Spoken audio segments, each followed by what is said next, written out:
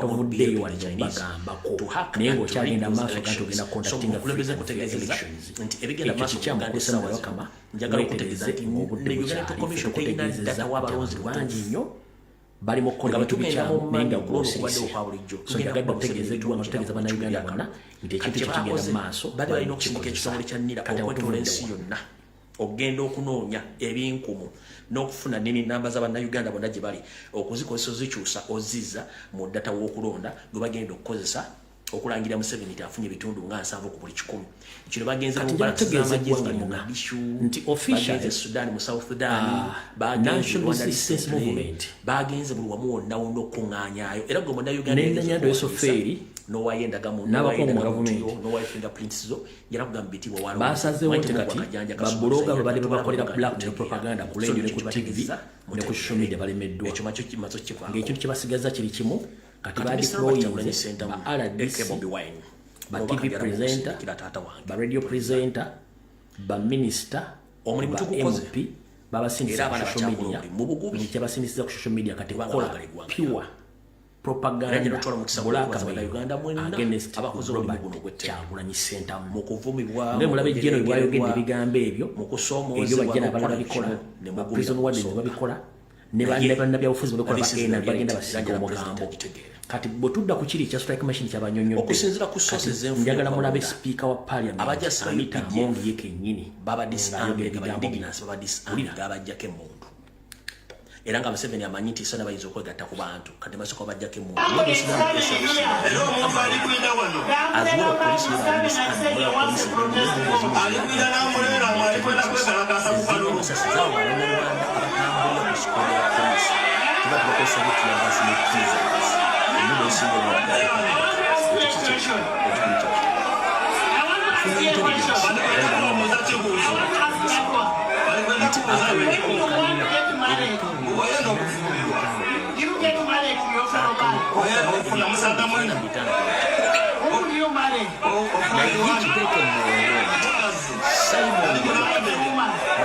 Now, the person who says he should marry a woman, a man should marry a woman.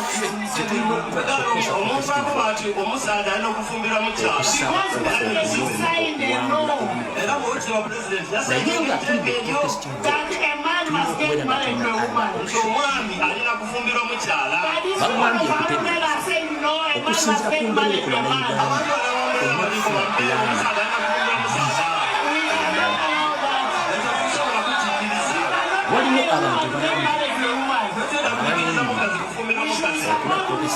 Because he promotes the values and the traditions of Uganda.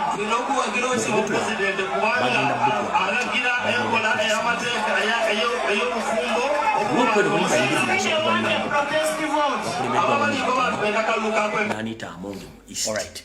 Kati ebyo mukazi bwayesisasisa Anita Amongi yegasse kibinya ekikola propaganda against the president era yagenze obusobo okukola minerali yagambye nti era nga bo bagamba nti over there yatambuza enjiri y'abasajja okuwasa abakazi bano babakingiddwa obuyinza bw'abanyarwanda obuli mu Uganda obugamba tebasobola kukkiriza munayuganda pure propaganda ne blackmail Kabanda omukozi we luli yali bagamba nti Kyagulanyi yagamba bawabula akalu agenda tema without Uganda terisobola kubeera wano kati batambuza malise propaganda naye kirungi bafunye resistance okuva mu bantu nti singa obuyinza bava mu kati madamu Anita tebasobola kuyimiriza ogwanga madamu Anita Amongi kibafuddeko the speaker of the parliament bagenda kukozesa amaanyi ge balina ag'emmundu okulatuuyinza bategudda mu papeti waabwe yenna ali mu gavumenti nenga si Muganda kubanga bakimanyi very respected woman in the country called Uganda kati bo kibalaga propaganda will not work out.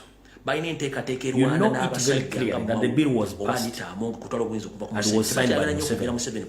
But Museveni's family and the NRM agents, they are the one who went to court to challenge that bill or that law.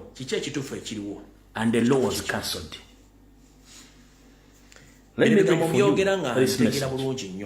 Here are the petitioners of 2023 challenge to the Homosexual Act 2023 of Uganda Consolidated Constitution petition number 141516 85 of 2023 as listed in the court's document. Tudiringa n'abantu Muchala Mutamondi ebigambo byogera ku Robert Kyagulanyi Ssentamu situufu bikyamu mwatandise blackmail propaganda.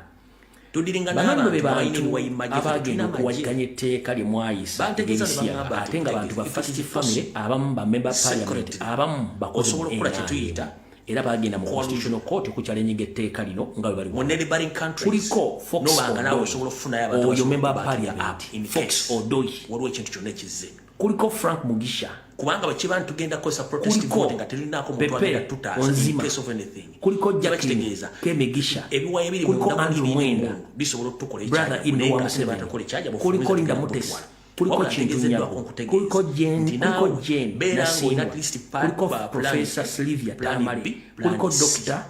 oteekeddwa okubanga naawe olina ekintu kuliko Solomon Nakawesa Kimbogwe kuliko Katasha n'abantu abala bali willing okuba nti basobola okuyiwawo omubiri in terms of okwanganga abasajja bonna bagenda okukozesa emmundu kitegeeza nti olina okufuna collusion either neighboring countries or other forces abali willing to intervene okutaasa victory yo otherwise bwe tuba tetulina option eyo nga tugenda mu protest vote bo bennyini ate abalina emmundu bagenda twefuya ng'ekyabaddewa e Madagascar. Mr. President Obaka mbukutegeezezza tulina plan A yagenda mu kalulu, plan A ya protest vote, plan C gye bangambye nkutegeeze nti buli obanga ogirowoozaako tulanga okirowooze kubanga bano abasajja amaze okwesetinga balina ssente balina emmundu balina buli kimu era musaakoze nga batudde boogera mu biyumba byabwe batulayo emboozi gye boogera. They can't allow civilian to take over power when you have guns. At least you shall make sure that we hand over power to our puppets from another part of Uganda, but not Uganda. We shall use money and guns. So, weba chikozi chiba kitegeeza naffe tulina okufuna plan C naye nga temanyikiddwako ekyo kiri gy'oli ekiri bannayuganda abalala baagala okukikola naye nga kyo ekyakalonda buli kimu bakitya era bakimanyi nti wawangudde dda ne banaasomba abantu bakimanyi nti wawangudde dda. So Mr. President njagadde nkutuusiza message eno gitegeere bulungi nnyo ebintu bitegeere bulungi nnyo kati era n'olwaleero ekibadde Hoima City n'embunyolo yonna tekirese nabbanja nebbalamu nga bali kyekimu. Lwaki? Okusinziira ku information gye nafunye billions of money zaayibwa e Bunyoro nga ziweebwa ku buddo tuddo ku radio station ku ba influencer ba tiktoker ba chairman b'ebyalo ba diso ba puso ba kuso ba duso bonna ekintu ekirimu so okubanga bagenda bakola malis blackmail propaganda buli kimu ekyetaagisa okusiga erinnya ly'ettoomi n'okutiisibwatiisibwa wabula sente zonna nga ebaazitaddeyo zifudde togge tewali kintu kyavuddemu era ennamba ezze bwe kyanga ogenda e Bunyoro yeewunyisiza Nnyando n'ekiti n'abantu be. Nyongera n'okujjukiza nti olunaku lwa jjo bwe baadde bakugaana okugenda ku kisaawe babadde baagala nti gwe bw'osooka ku kisaawe bw'oba olemeddeko then bw'otuuka ku kise bakuwambe bakuteeke mu kanyonyi ako aka poliisi. Akanyonyi ako kakutwala empaka either namunkekeera oba eggulu wadde olina okusinkana salimusale by force kubanga they are willing to negotiate with you. According to what I know, you can't negotiate. Nenga bade bagala kukwata forcefully bakuteeke mu kanyonyi ako bakutwale bakole ki bakutwale wasali musale mbu you negotiate with him ekitajja kusoboka. So Mr. President be aware nti wolabira ekintu kyonna ekyefaanaganyizaako akanyonyi mu constituency gy'obalaze manya nti baagala kuwa ku kifo bakutwale nenga billions of money ezaateekebwa Bunyoro zonna ozivuluze era ozitadde wansi. Kati kino kitadde obunkenke mu NRM era nabbanja we yasuze yamanyiwo jjukira ali yafa kati azemu n'afa balamu azuwero seri zabadde akozesa propaganda black mayiro byonna byafudde ne information oba ne kadiko ikubadde bakaddoka plan gokuwamba bakuteeke mu kanyonyi ako bato era buli muntu kina yebuze ennyonyi adde ekimawo ki ennyonyi eyo erina kubeera either ku police headquarters enaggulu oba erina kubeera Mbuya oba erina kubeera kibuli ku CID headquarters yebadde eno naki owa yadde eno naki ewa Nabbanja mu constituency mission yabadde nti singa abantu tebataddewo resistance nawe kanyino tekawo resistance mission yabadde yakuwamba kuteeka mu kanyonyi ako kutwala buterevu wa salimusale nga salimusale ayagala kunegotiatinga naawe naye resistance gyewataddewo n'abantu mission eva kolaki kyokkola nti bw'otunula formation gye baali batandise okuteeka abasirikale abo bonna yadde formation yakubawo bantu osigale mu bbanga bakulyewo over naye kyaganye era ne baswalira ddala nekiremera ddala kati eno message kanje kisindikire salimusale mukulu salimusale eggulu gy'ofuta obadde nkulamusiza kansonenti oli bulungi emyaka 4 gwe ne muganda nga mufuga Uganda mwali mwagifuula bizinensi yammwe gwe mwagala gwe mugula agaana gwe mutta era nga mumanyi nti mwafuna kampuni nga mukuzizza abaana bammwe abooluganda bukona emikwano batadde mu bitongole nga mwerabidde nti bannayuganda bazaala balina bannaabwe era balina ensi yaabwe kino nyongera kikugamba si buli muntu nti asobola oggulwa ate si buli muntu nti ogenda mu mutto muzimu gwa gusirike obwakabaka bwabonyera omubutadde wansi buli munnayuganda mutadde wansi nga mulooza buli muntu musiru yenna twongera okugamba nti ensi bwe bayagala enkyukakyuka egitegeeza teri munnayuganda obukadde 49 gwe mugenda kuwa ssente zibamale nga sisitimu nfu teri munnayuganda gwe mugenda kuba bumuteeke mu kkomera abeereyo nga yaddamu okusanyuka nti mwamusiba agenda kunyiiga nyongera kikujjukiza Salimusale ne Museveni gye mukoma okulwa mbuyinza gye mukoma okulyetinga obusungu eri bannayuganda gye mukoma okulwa mbuyinza nga mubba eggwanga muliswanyawo gye mukoma okulyetinga hate eri bannayuganda ngera bategeeza mukole ekintu kimu bwe mba mukyagala okulya ku mmere n'okubeera mu nsi etali mbutiti mukwate obuyinza mbuweeyo mwagamba nga mutudde mu kasiko temugenda kulwanirira ddembe ne mufuna sapoti okuva mu baganda ne mugenda mu nsiko abaganda ne mbalekayo nga mumaze obbatta mwe ne mujja naye mwe pulaani yammwe yakulekanga eggwanga mulisaanyizaawo naye jjukira nti amazzi kasita ozibikira ensulo zaago gafuna ensulo endala gye gabbulukukira naye gye gabbulukira si owatufu gye galina okubbulukukira era goonoona bingi nnyo gye gaba gabbulukidde Salimusale n'ennyanda embategeeza muganda wo nnyandwe okunyigirizibwa kumutadde mu bannayuganda ne bimwagala okukola okukozesa amaanyi okutta abantu nga mukozesa emundu oba okubasanjaga wallahi n'omwana akuli mbulima watannavaamu bino mbyogera ku famire yammwe mwenna ajja kiro zaako temusobola kutta miliyoni 49 ne bwe ziba nga 14 zeziriwoza temusobola zitta wabula mugenda kusiŋŋaana obuzibu obw'amaanyi ku generation eri myaka 4 gye mwatuulira mugezezaako okukola blackmail propaganda biganye nabagamba ekiseera kigenda tuuka nga propaganda kyakola blackmail tokyakola nga nemundu tezikola n'abasirikale batunna butunuzi kitandise okusafeesinga era kijja kubaawo tosobola kufuga muntu nga takwagala ekyo kikyamu ekyo nkibagambye awo nawo nvuddewo kati kino kyekibadde kino kyekibadde muhoyi masito olwaleero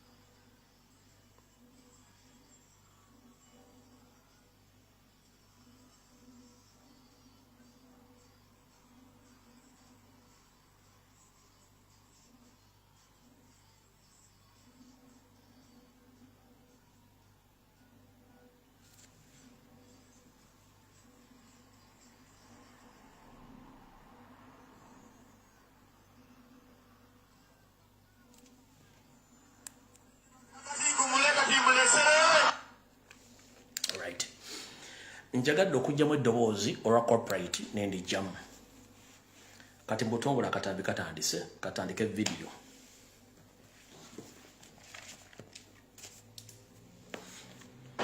akatambi katandise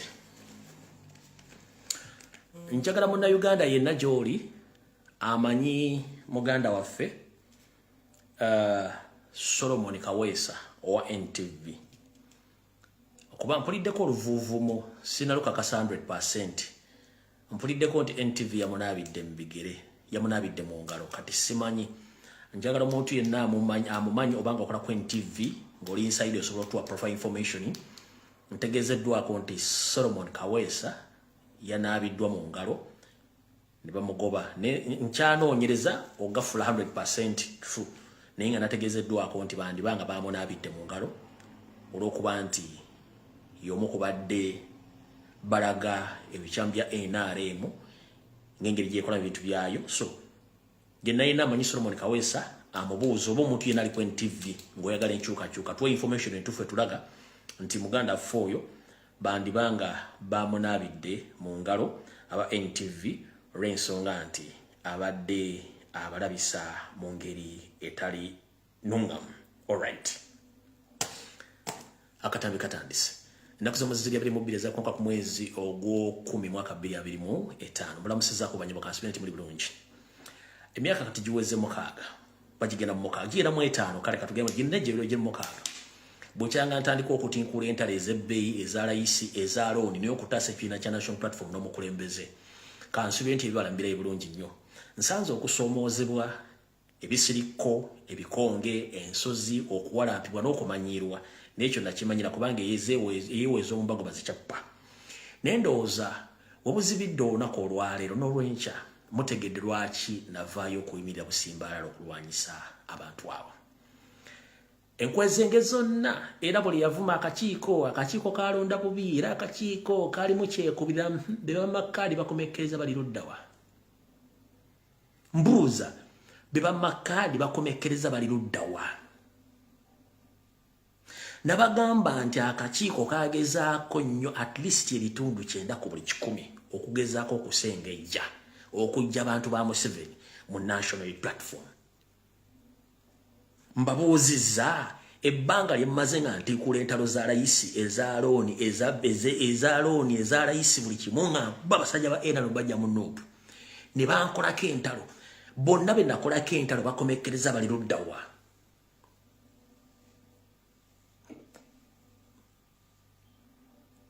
Bakomekkereza bali luddawa. Bonna bakomekkereza nga bali mu ADF, bali mu PPF. Like enough, mwena bali temukimanyi mwate mukimanyi nti ebibiina PPF ne ADF bibiina bya National Reverse Movement nga controla byanita amongi era yabadde abifandinga nakati yabifandinga. Mbulidde bulungi. Nembagamba buli comrade gotakyalaba ku kitebe nga teyajja yavula oyo naye abadde mu pipeline era bonna mubalabye olwaleero muba mu manja ki.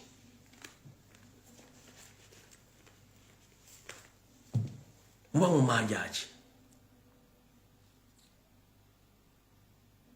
Buli kimu kibagambye n'ekibatera ku mmeeza emyaka almost kagigenda mu 7 nimbaga kino kikyamu oli mukyamu ono mukyamu bakola bati bakomekkereza bali luddawa. Bonna tebakomekkereza mu PPF ne ADF bonna nga mpuuga agamba bafandinga. Nabagambirawo ddewo nti abalina olukola okutta Kyagulanyi bava mu DP block era n'olukola badde nalwo. Kiki ekibaddewo kati?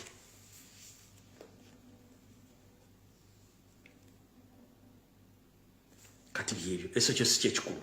Ekikulu kiri nti okowandisa kukyagenda mu maaso wa muganda waffe Wayiso Mufumbira amazina anonbetingibwa era kati agenda kuvuganya nga ali mu komera. Nsaba abantu b'Endakawa East mumbeereremu mumulonde namwe basobola okusupporting omukubira ebipande oli waddemba okunoonya kampu ye ekulembeddwa mukyala we ekulembeddwa yennyina bali mu ezo n'omulongo Kato mubanoonye at least osobola omukubira ebipande nga 10 oba 2 nobimuwa bambi kuba tasobola okukubira ebipande ali mu komera naye osobola okunoonya mukyala we engeri bali mu ezo oba okunoonya Kato ne musupportinga ne muteeka ebipande mu constituency ya Wayiso Mufumbira nasobola okubanga ebipande batirisi bibula nebeera mu bibonawona mu constituency wagenda okuba nga jali yali midda akyalwa n'entalo era utogero olwaleero bamutaddeko omusango omulala bamutaddeko omusango omulala guno wano guno gwe musango mpya oguvunaana Wayiso Mufumbira bagambye bati guzabuzi CO/562 2025 Uganda Police charge Uganda versus Waiswa Alex Mufumbiro, a male adult Ugandan age 39s, Musoga by tribe, a lawyer by professional, a lawyer, residence of Mutungo, Zone 5 Nakawa, Kampala. Statement offense, incitement to commit an offense contrary to section 21 of 1 of the Penal Code Act Cap 128. Particulars of the offense. Waiswa Alex Mufumbiro on the 14th day of September 2025 within Kampala City incited national platform supporters to commit an offense against Uganda security personnel to which or to wit murder. Gwego musango mpya ogumuguddwako. Ogula bulungi nnyo. Ogomusango mpya. Waiswa Mufumbiro ngenda kuza omwezi ngenda kuza omwezi nya omwezi ogw'omwenda yalagira abawagizi ba national platform okulumba era okulumya ayobi okwerinda n'okubatuusa okubatta gwe musango mpya mu gwe bamuvunanye. So kati bamulese mu kkomera asobole okubanga abitebya. Ekyo kiwedde. Kati mmalo kitegeera ekyo social media musooke mu gyesonyiwe. Tukole mulimu gwa kutambuza video za president na za nkyukakyuka. Abasajja bayiye ssente ku social media bataddeko propaganda, bataddeko bulakameiro, bataddeko buli kimu naye ekintu kiganye balina kukola ki. Buli project gye twabagamba nti ye project ne mugibuusa amaaso mutandise kugira nti project. Oyo mvubuka eyalese obunyuma obulinga obugaati bwa banzo bwe bitaano mbwe simanyi musiyazi oyo state agent era akolera state mu take out diversion eyo temwaji wadde makulu neegenda sibwe kiri nti ye ne baleeta simanyi oli kampuni ye ey'amazika agali obukola sime kampuni ate baagitutte zonna mwaziganye. Ne baleetawo bi diversion simanyi ono omukyala yavudde Saudi America ate bamukudde obukadde 15 ate omulenzi atunulanga atali anko obukadde n'ennyini yabusindise nga atunulanga obukadde obutali bubwe kati nagenza okulanga ataasa abuyambi asaba akasika chipsi asaba akameeza asabiramu obuleega n'engatto n'afuppeti n'eŋŋamba kati ate ono yagamba mbu obukadde 15 asaba atya capital ezo na diversion mwazibuuse. Kati njagala balaga omwami ono gwe mwamalako emyezi nga tubagamba nti project ne mugaana. Mujjukira Haji gwe bagamba nti yakwata muwala we nga n'omwezi guno gwennyini gubadde gutandika Haji ono Haji bamukomya ekibooziboozi kye era omuntu akomya ebiboozi bino ye Sakuzi akomyawo nnyo ebiboozi bya diversion era Sakuzi eri akomezawo ekiboozi ky'ono Haji mbu Haji ati acomplaininga mbu Haji amusindikira message mbaddiŋŋane nga baagala kuza kibooziboozi ne kigaana. Kati Haji akomekkereza ludda wa huno olyoka omanye project z'abana abantu. Assalamu alaikum warahmatullahi wabarakatuh. Bannayuganda bannange ab'ebitiibwa ab'emikwano nsanyusa okubasisinkanako olunaku luno olwaleero olunaku olw'essanyu tusinkanidde eggulu mu kikwekweto ky'okufaafagana n'okwaniriza omukulembeze waffe w'eggwanga n'omuyiirawo omubiri kusobola okutunoonyera akalulu ke ng'aba Southern Sudan diaspora. Tuzze ne ttiimu y'abantu 50 okuva e Southern Sudan. Kati Haji mbu yakwata omwana Haji alina ebyo mulinga situlwayo n'akuuta essefuliya z'akasooli kati ate mbu yagenda okuwana Museveni ava South Sudan muyige kye tuyita system bwe bekulyetinga diversion ne stunts muziveeko. Kati kye bayagadde okukola information gye mutafunye ku accident eyaguddewo accident yabadde well set nga baagala kukwata media but unfortunately we are very sorry for the loss of almost 62 innocent Ugandans who perished in the accident which happened last night. We condemned the wrongful control of traffic in Uganda because the state is in panic right now. But it was well set accident which was manufactured by the state to capture media. But unfortunately, the innocent Ugandans, they perished in that accident. We're very sorry and saddened for the loss of the lives of fellow Ugandans. So sad. Naye mutegere bulungi nnyo nti buli kintu kyonna ekijja ku media kyonna kibeera well set capturinga image capturinga maaso g'abantu okubajja ku mulaba mukitegedde bulungi nnyo ekintu ekyo. Kati njala bw'olaba ekiboozibozi kyonna totegana focus ku Uganda kubanga buli kimu kigenda kukyuka. Buli yeevuma eyeenyola n'abasigadde bonna emmandu egenda kuddamu ebalinye badde mboogera ebigambo. Nkiddamu n'abasigadde bonna emmandu egenda kuddamu ebalinye badde mbafokasinge ku struggle temuleekaana. Buno bakanjala buweereza muvubuka gwe bayita Lili Puzzle. Lili Puzzle kansubire nti obubaka buno bunaakutuukako. Nkulaba ennaku zino olumba nnyo omukulembeze w'eggwanga Robert Kyagulanyi Ssentamu. Naye nsubira tena kigambo kyonna kye yali akugambye wadde okwogerako gwe ng'omuntu. Leero njagadde empitaano ku mutimbagano. Lili Puzzle lunnabe Robert Kyagulanyi Ssentamu talina kigambo kyonna kye yali akwogeddeko era sekirabangako. Wabula gwokera ku makya n'okwata video n'odda mu nnyumba yo oba ku mmotoka yo n'olumba omusajja n'omukalakatanga takonyeka muganda bw'obanga owulira okooyo okuyimba wandizze wa mu Masaka n'olima emmwanyi ng'obudde bukyali. Ojja natuuka okunoonya ssente ezigula kando mu nnyumba yo nga toziraba. Nze nkuwoniinza omulundi ogusembayo. Lili Puzzle ne message bagikuwe ono Lumbuye nze nkugamba. Buli awalampa Kyagulanyi omalirizo dzeeyo kaabuwoko. Kati gwe genda mpola nkulabula. Tugezezzaako okukwata okuno tuge nti gwe focusinga ku music w'okaanyi. Nendabanga gwe guno omusumaali gw'osembayo okuteeka mu coffin yo nga teri agenda gukubira gw'ogenda okwekubira omusumaali mu coffin weggali bakuziike nga n'envunyu zikulye. Kino nkikutegeeza. Omusajja gw'owalampa takwogerangako. Mulwokuba bawa ssente mujje mulumbe tolisobola era tosobola. Buno ozannyira ku bulamu bw'abantu abaagala enkyukakyuka. Nkiddamu kigamba era nze nkugamba nkuwa ebigambo byange bisembayo gy'oli. Ogenda kufuna ekizibu very soon nga tomanyi wajja ekivudde. Naye oyinza otuuka ogenda okudde wammwe nga n'olimba lwabasudde yagamba nti bannange mbalabyeko nnyo nga tosobola dduyimba ekyo kyo nkikubye kuba teryamanyira Kyagulanyi n'asigala nga tagenda kukwatako wabula ekigenda okukwatako togenda kimanya. Ne bw'onoobanga oyina amagini oba oli mulogo tekakyasobola kukontrolinga kati mbeera gy'oyingiddemu kuba tewakyali asobola kukulabula. So nkutegeezezza olwaleero komya akamanyira akasumagiza eyalira. Otherwise oyolekedde okudda mu kyalo nga ne 2026 tannatuuka. Oyinza okufuna ekizibu mu maaso very soon.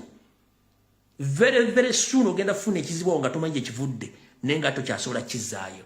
Okimanyi bulungi nnyo nti enani bwekozesa public ekukyawa. N'ennyoko kennyini omukazi wo ajja kukyayiramu. Ekyo nkigambye. Kijje ku nze.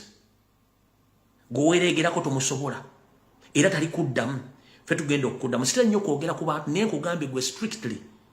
Either keep quiet and zip up your mouth. Oba continue nga akola kyokola naye ku luno ojja genda nze nkubuli ojja genda. Sitera nnyo kuwa muntu time wabula nkubudde Lili Puzzle lunnabe. Site wondi. Ate nze kasita njogera ekigambo n'ekijja mu kamwa kange. Kiba kitegeeza nti naawe owedde. Ekyo kyo kigamba. Ojja kuddamu okukola concert. Oba concert z'onookola ezimuddiringanwa. Bayinza n'okukubirayo amayinja oba embooko. Sina kindi abantu okukulumba ne bakulagirako bwereere. Ekyo kyo nkikubudde very soon ogenda. Kyo nkigambye. Gwe nkuvuddeko naawe. Kale awo tuvuddewo naye omuvuddeko saagala nnyo muwabudde. Mumpulya bulungi nnyo saagala muwabudde. Kati Abannayuganda mwenna njala bategeeza mubeera aweya. Kansoke mbazzeeko katono. Mujjukira bulungi nnyo omugenzi Sseggirinya Muhammad. Mpuuga Sseggo n'Akalya Maggwa ne banne nga bakyali mu Nuupu baali tebakkiriziganya na kibiina kya Nationalunityplatform okuwa Sseggirinya kaadi era baamulwana mpaka yagifuna n'awangula. Mpuuga kennyini mu constituency ye n'akolaga ne state ne bateeka ebijambiya ne bakwata Sseggirinya Muhammad ne bamuteekako n'omusedekezi Ssewannyana ne bamutwala yogayoga mu kkomera gye baamuwera obutwa n'afa era ne bafuna ekiwejjowejjo. Mu nkola y'emu olwaleero bali mu kulwana musajja mukulu Mathias Walukaga mu nkola yemu, the same people abaganda manya.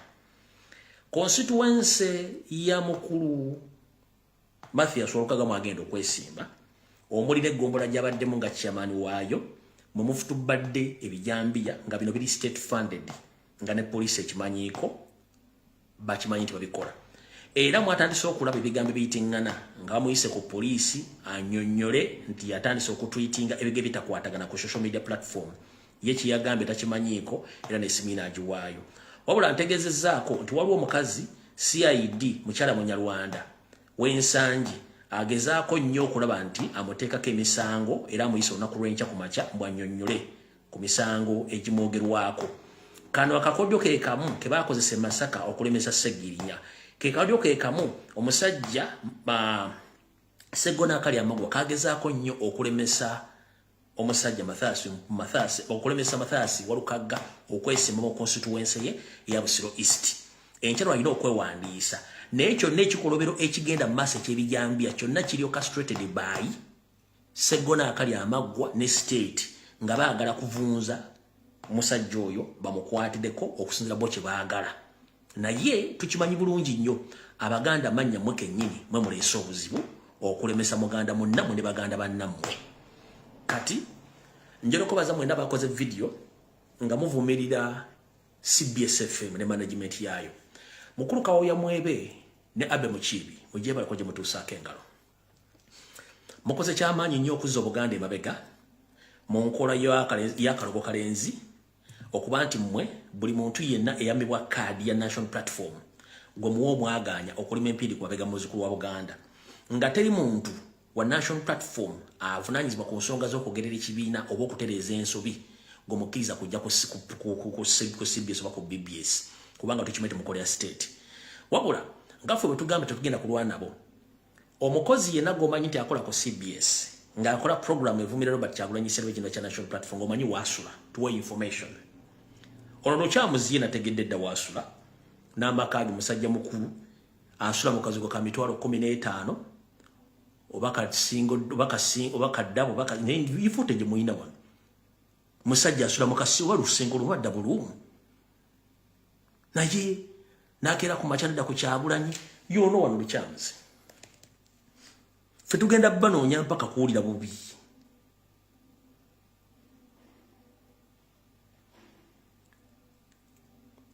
Mano kujja mu case file eno. Nono kamujjemu.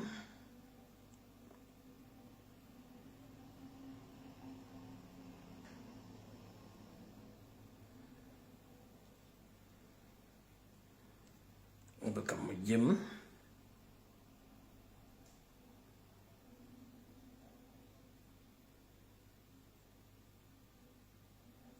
You know what?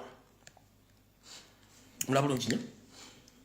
Yoyo mukulu Lukyamuzi akozesebwa okulumba Kyagulanyi Ssentamu. Naye bw'olaba waasula weewuunya akeera okuvuma Robert Kyagulanyi Ssentamu. Akazigo ko nakafunyira tukutambulirako mukulu.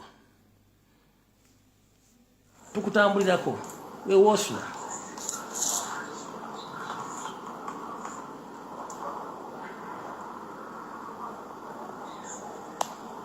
Awali ettala wennyini woosula awo kalaba akazigo ko.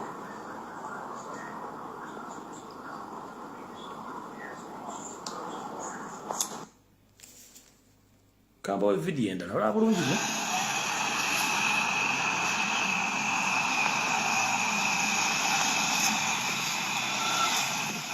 Tosenguka kyenjala kuga tosenguka sigala waawo osula.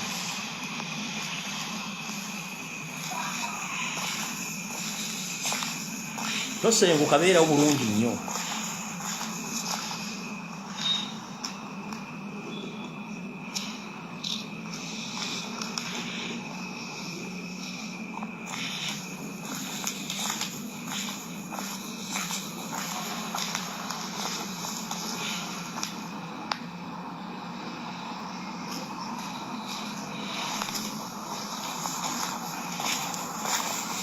Ulaja asula vuma Kyagulanyi.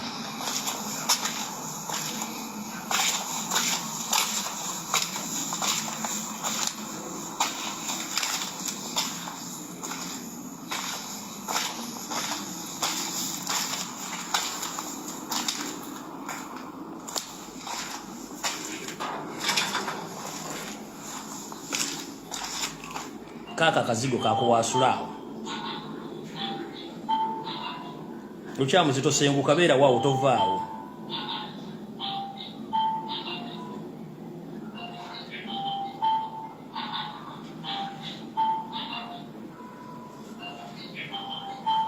tuyambe tovaawo beera waawo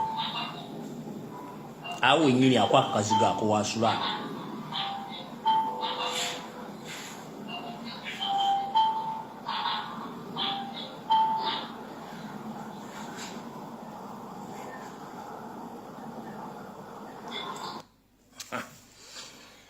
kale mukulu tukyamuzi tuyambe tovaawo kaziga kaawo beera waawo continue ng'ovuma president ojja kuwulira ffe tetugenda kulwana naawe gwesulawo kazigo ko tetulina buzibu beerawo tovaawo ojja kukitegeera ffe tetulina buzibu naawe gweokola ku CBS kuvuma Kyagulanyi buli lunaku naye woosula twategeddewo fudde gitumulina gobeerawo tovaawo ojja kutegeera lwaki embwa teseka eboggola buboggozi n'abala bakola ku CBS mukolo ogwo mujja kitegeera buli kyamuzi ffe twakutegedde buli wamu wootambulira buli kimu tukimanyi bulungi nnyo kati gwe ddamu oyasame okola by'olina okukola tujja kubuulira tetugenda kulwana nammwe tetugenda kulwana nammwe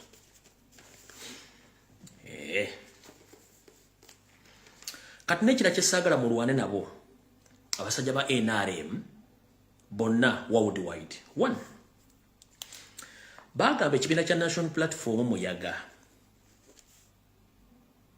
kati essaawa zino ogubadde omuyaga ate bagufudde nti gwina baconverters abaconvertinze okuva mu nuupu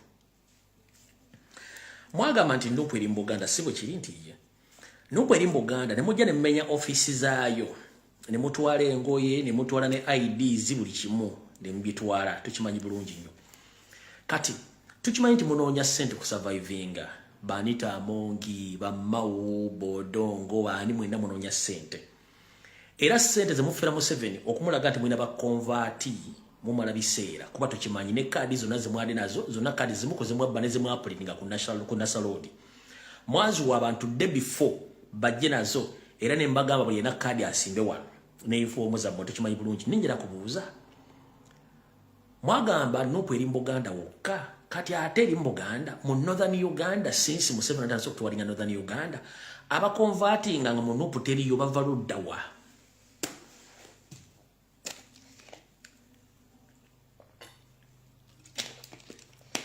abakonvatinga abali mu northern Uganda mugamba nuupu teriyo ate bava luddawa abagabyeyo kaadi empya bemwambaza uniform empya ate nga mwaga teriyo bava luddawa kati bali mu mufera abaffe tebasobola kukyuka wala kinjalo banga bakiri bwe kiti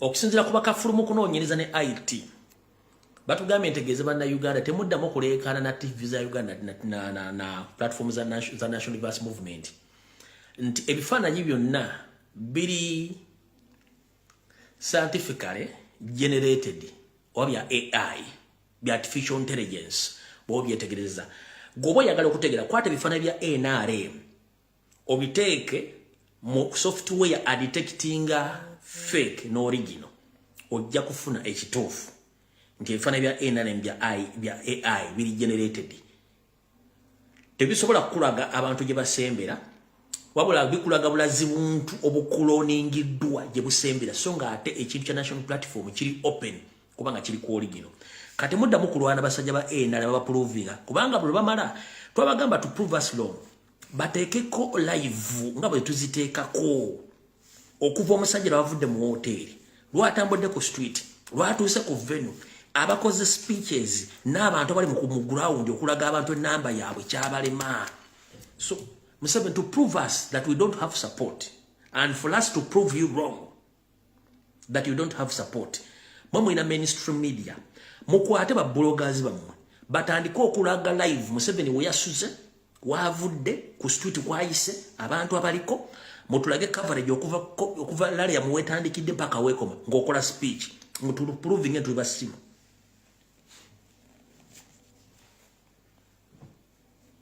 katuwachi mulwane AI bifana biri generated nno temuddamu kuleekaana fe Kyagulanyi mulaga nga ava mu hoteli n'atambula street nayingira ku kifo agenda okubira campaign ne batulaga campaign abantu gye batandikira gye bakoma bye boogera okuwagira buli kimu kati ge kwate bifaananyi bya Nyando biteeke ku byaffe olabe ekituufu lwaki mukana abantu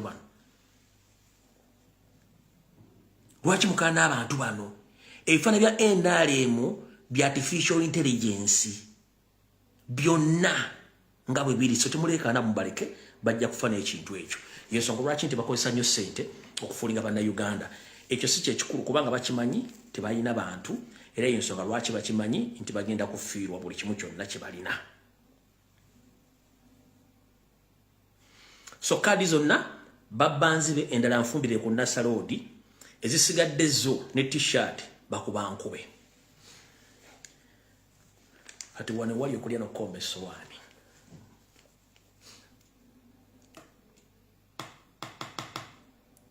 tugenda mu kalulu k'essiri certain nti kayinza okubeerayo era bwe kaba kawedde wayinza okubaawo okulayira mwenna abaagala enkyukakyuka abali mu system mufokasinga ennyo ku mukazi gwe bayita Anita Amongi guno mulundi gwa kusatu ngambagamba to all peaceful lovers in Uganda, don't focus on Nyando Yosoferiti Bahabura Museveni. Put your focus on Anita Amongi, the big mafia, with the huge chunks of money, with the connection within the army, judiciary, and in the police. That lady is planning something big in the country. Focus on Anita Amongi. Muteke focus ku Anita Amongi. Kuba ne mission yetta Kyagulanyi Anita Amongi mwali. Naye nga yambwako gurupu z'Abanyarwanda bemba mulidde wali mufunga ntandika. Muteke nnyo omukazi oyo ku focus ne Mau. Kyenjagala okuddamu bagamba. Maobe tayagala go bayita Muganda. Ensonga lwaki Mau yatunda DP mu NRM kubanga yamanya DP ebadde y'Abaganda katunda ekintu ky'Abaganda akisaanyeewo. Ali mu NRM nga mukwano go mugamba akubulira mbuye kyayogedde kikyamu. The reason as to why Mau decided to merge DP with NRM because he hates Baganda. He informed his colleagues that I'm less concerned about Baganda. I don't like Baganda. So, I'm going to show them who the hell am I. So let me sell this party to NRM. And this Baganda thing ends from there. Ere chibina ya chitunda, siba kubanti ya chitunda, chimanyi nti asanya uchintu cha Baganda. Mau, come out and defend yourself. Mau merged DP with the NRM because he knew that DP, its foundation, was in Uganda. As he hates Baganda, he decided to merge DP with the NRM to destroy Baganda politically. So, but unfortunately, he didn't know that somehow, somewhere, a Uganda will merge and overshine them out. That is Robert Kyagulanyi Ssentamu. And they are still confused where Robert Kyagulanyi Ssentamu came from amongst their circle. Because their main focus was to create their own opposition within the corridor of DP, FDC, and UPC. But unfortunately, they are surprised where bobiwine came from and shined out of them. Now they feel heat. They don't want to see bobiwine anymore. That's why he instructed a electoral commission not to give money to national platform. Not because he uses the law. No, because he uses hate against Robert Kyagulanyi Ssentamu as an individual, as a Muganda. The same applies to Anita Amongi. During the parliamentary sessions or discussion about the coffee, between Peneti and the indigenous Ugandans who were yearning for not to remove Uganda Coffee Development Authority to hand over all full power or control of Kofi to Paneti. Anita Amongi openly during the session when they were voting either to pass the bill or not, she stated that make sure Uganda does not get the numbers. Mwabatamanyi abeeyita Abaganda n'Abaganda manya omuntu asinga obutayagala Baganda bamuyita Anita Amongi. Alina okubeera mu Baganda n'obakozesa kubanga akimanyi power belongs to Baganda. And the government administration blocks all are found in Uganda. That's why he associates with some Baganda. And those Baganda whom she associates with, those are the Moors, the Baganda manya, but not real Baganda. The real Baganda, they don't associate with Anita Amongi because they know that she hates Baganda. And she hates the indigenous. She hates the indigenous. If you know that you're indigenous Uganda from Ankore, Anita Amongi hates you. If you know that indigenous Muganda, Anita hates you. If you know that you're indigenous Munyoro, Anita hates you. If you know that you're indigenous Motoro, Anita hates you. If you know that you're indigenous from Busoga and other eastern part of the country, Anita Amongi hates you. But mostly Baganda. She's tribalistic to the extent that if she hears that someone is a pure Muganda, she doesn't associate with him or her. She deals with those so-called Baganda mania in every section or in any corridor of power to destroy Baganda. But Anita Amongi, let me tell you one thing. We know your history very well. Hate is natural, or is natural. You can't hate, but you can't defeat Baganda. The British did so, they failed. Obote did so, failed. Amin did so, failed. Lutwa as well, and the other previous leaders. Museveni, he had tried his level best with his brother and his wife. They're about to fail because Buganda or Uganda we are there to stay and will be there. And very soon, we shall emerge as victorious. So, hate us knowing that very soon, the indigenous Uganda will take over power to control their country.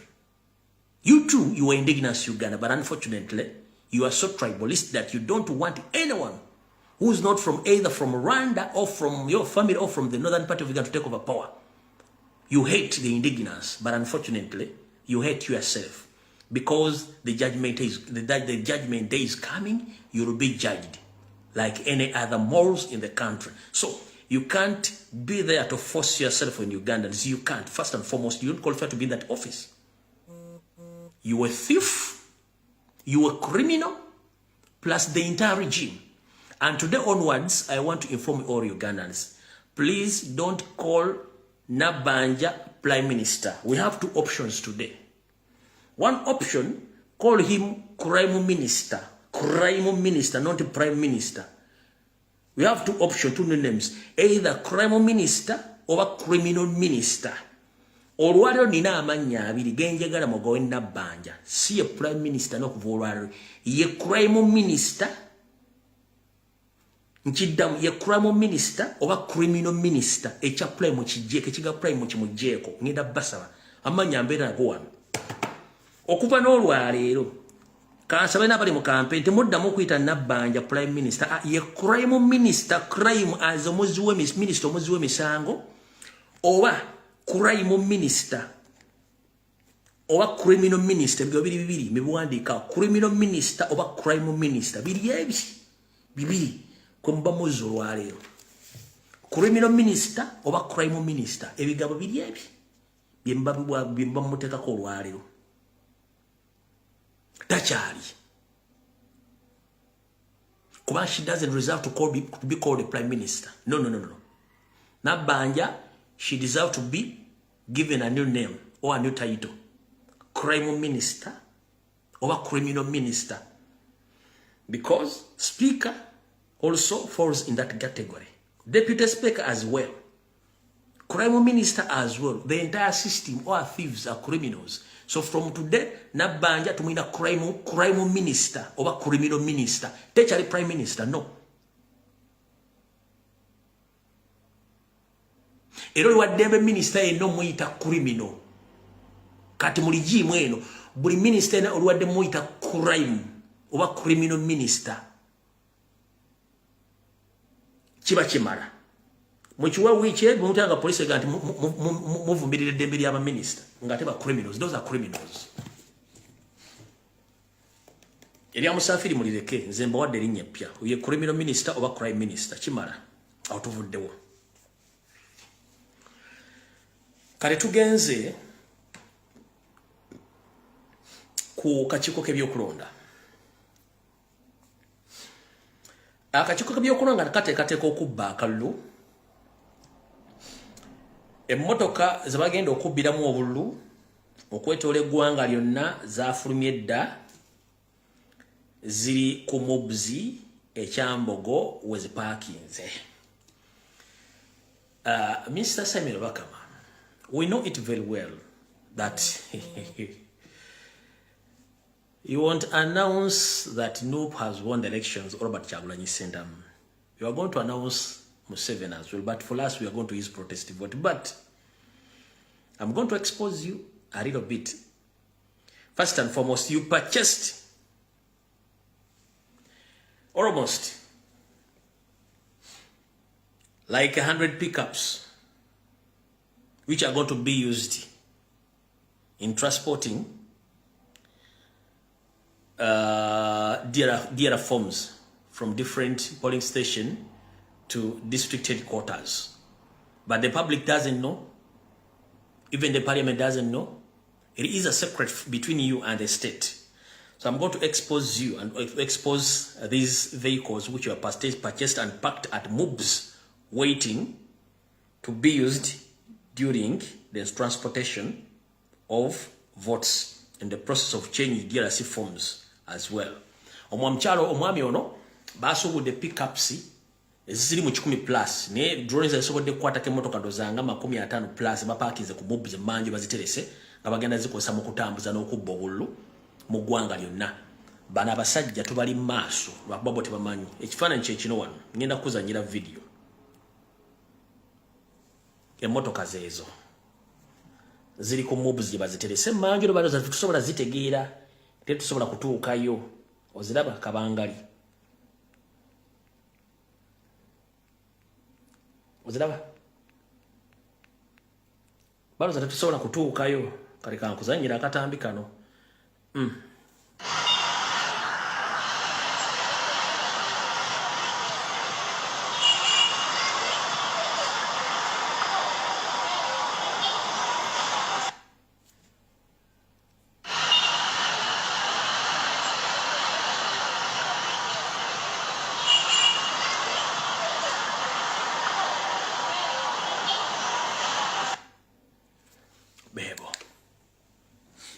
Serizo mu musoro zibali mu kutawaanya. Kati n'ekirala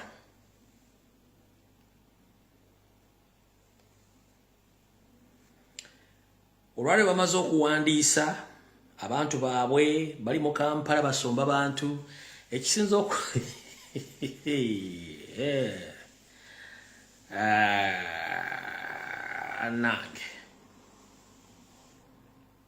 anange kino kyekibadde mu Kampala nga ba NLM banoonya bagendo batambulirako mu kwewandiisa. Naye njagala olabe omusajja ono RDC w'e Kampala ng'ali mu full combat y'amagye. Oba bayita kirabira ng'ali mu full combat y'amagye. Kati wano NLM candidates abali mu Kampala bali banoonya abantu abakola ki ogenda bawerekerako n'okujjuza ekisaawe kya awo.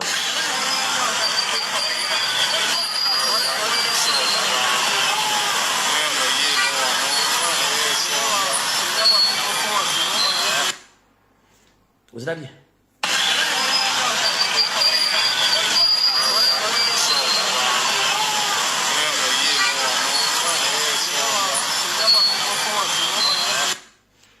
Kati njagala mulaba ono gono RDC gwe bayita kirabira oba isi kirabira sema mulabe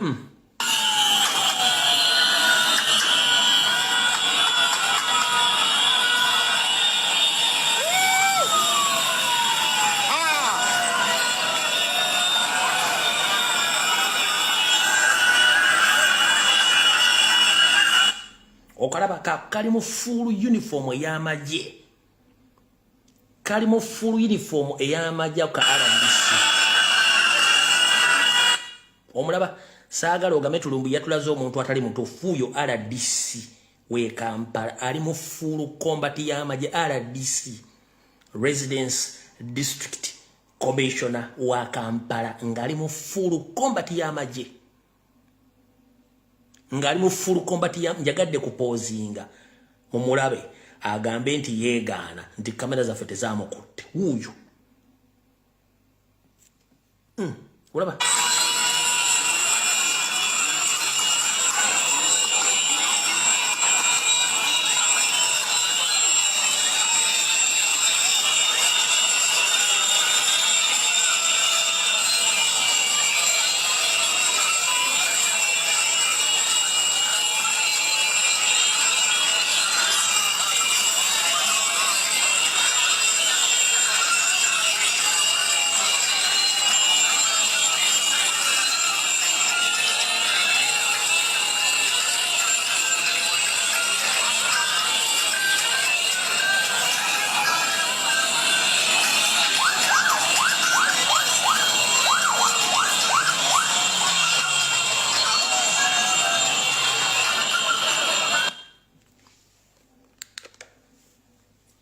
basomba abantu babuze. Ne kati imagine RDC ali mu full combat y'amagye ya commanding abayayi mu Kampala. Full combat. Oyinza njibaddiremu saagala mugete mwamutegedde njibaddiremu kubanga ono muntu anyabi bulungi n'azuuminga n'amuleeta ne mulaba. Kanjibaddiremu njala mwetegereze bulungi nnyo.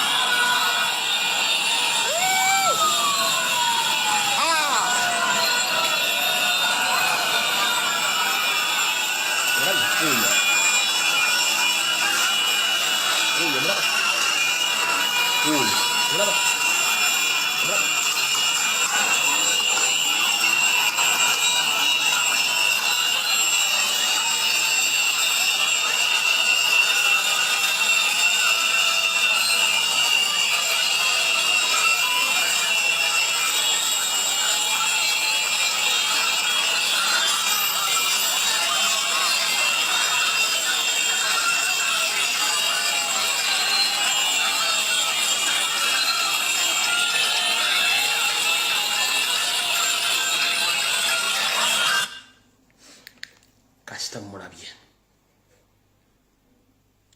bwetumalaawo kati okujjuliriza kiri kyembagambye bw'otaadekwa kibangambye etegeeza president kyonna ekivuga bannayuganda abamu okwogera amazima sikimanyi. Romusha n'abadde ku programu yaabwe eya NBS n'ayogera ebigambo bino nga nze mbibagamba buli lunaku njagala okawo budde ngenda kazanyako eddakiika 2 okawo budde. Bulijjo mbagamba information nenge mando ejja kukwata omuntu ajoogere kati wira bulungi nnyo Romusha nga abyogera. Katobojina njirina yogine expired but bajongerayo national ID. So you need an identity card, you need a biometric, biometric voter system. If you are mukuru Museveni, nikati press conference ya mukuru ya bakama tajogeddeko. Kakate ya mukuru ya bakama taina voters register. Tachikubulide. Agambye we don't have an official voters register. Na ya taina official voters register acquired date of polling. January. Yes, but taina baronzi. Na ya kuwadde olunaku lw'okulonda. Aine suubi ajja kuba n'abalonzi. But as we speak right now, taina balonzi. Kati kibali kimuleta mu press conference. But yomu ataina stable date.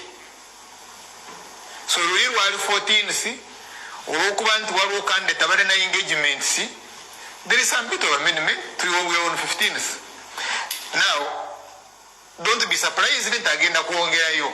Dero luberumaga yo ekyo kyenjagala ofokasingeko kyendabaga mwena bali mu diaspora bewandiisiza nennira temwategeera neŋŋamba kubidde omulango buteewandiisa ekigendera kya nnira tekyali kyammwe okufuna ndagamuntu ekigendera kyabwe kyali kyakufuna mannya gammwe fingerprints zammwe nannini nnamba eri gye bakuwa bo bagikozese mu kulonda mwenna bali mu diaspora nabagamba nga tutandike nibagamba mmwe temugenda kufuna ndagamuntu bali bakolekitinga data wa kulondesa tebalina bantu bagenda balonda naye nga abantu temuwulira babayisa wane transport nga temuwulira kabanga bali Zambia bagenze Congo bagitutte ne Rwanda bagenze luddawa bonna nga banoonya ekintu kimu kolekitinga data abantu bali mu diaspora balondesa kimbadde mbagamba nga temuwulira katula lwamusha n'akikubye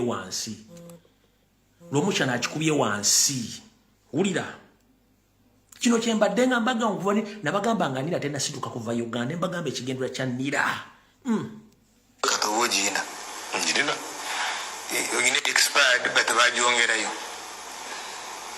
national ID so you need an identity card you need a biometric biometric voter system ebya mukulu Museveni nikati mu press conference ya mukulu yabakama tajogedeko kakate ya mukulu yabakama taina voters register tatukubulide agambye we don't have an official voters register na ya taina official voters register acquired date of polling 15 January yes but taina baronzi na ya kuwadde olunaku lw'okulonda mwasigenda bali yako biseera abantu mbaga mmanyi system ya Uganda bwekola Museveni talina buwagizi alina kosa system y'aba hackers okuddira data mwe yafunye ebyenkumo byammwe amanya gammwe nennini namba ejidde ku details bagenda okuwa nga yagenda okozesa okulonda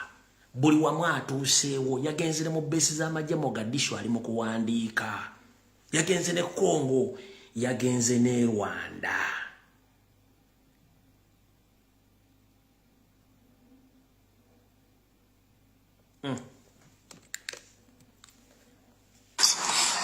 especially the Rwandans who are across mostly Butanda is at the border and the Kawunji, so they come and register in Uganda.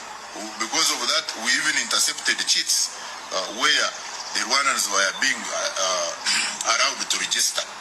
So you can see this has been a cartel, and therefore I've even engaged the NERA officials to ensure that the data which is from the borderline should be critically scrutinized, if not even suspended, to ensure that we do not have infiltrators in that form, because in effect they will even override the amenities of Uganda. You find that when you get a registration certificate through ID, then you are able to benefit from our fewer natural resources here, land and what. The constitution says whoever is a Ugandan can buy land. So therefore you find if this is an unnecessary registration or careless registration can lead to population explosion in that form, and which can also finally override the amenities of the host country, the country that these people are registering in. So it is a serious security concern, but we are trying to arrest it. But I also appeal that this is our function as a district, because I'm the head of the DMAC.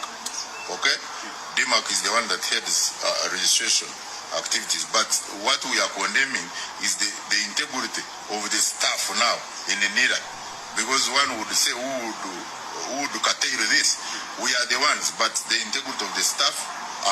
On Saturday after this incident, I met all the registration assistants at the NIRA and told them, warned them officially, and promised them that this operation will continue and we shall apprehend and forward them for justice in courts of law. And it is a serious matter that shouldn't be underlooked. In total, when you look at what was extorted in the whole district, we are trying to combine this. It goes almost to 90 million, because if person is charged 10,000 from 5 to 10,000 to 20,000. It's much money. It's much money. Now you multiply the number of people who have registered. So it was serious. We had to call the name.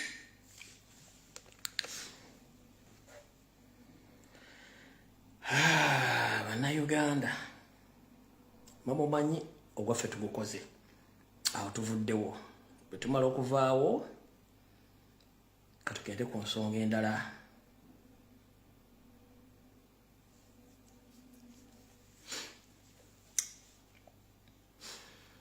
Alright, abadde bajjukira era bagoberera information gye mbadde mbawa nabagambako nti NRM bwe nalaba kigisusseeko nga Kyagulanyi ajambudde tebalina bantu, poliisi eyinza okwagala okugamba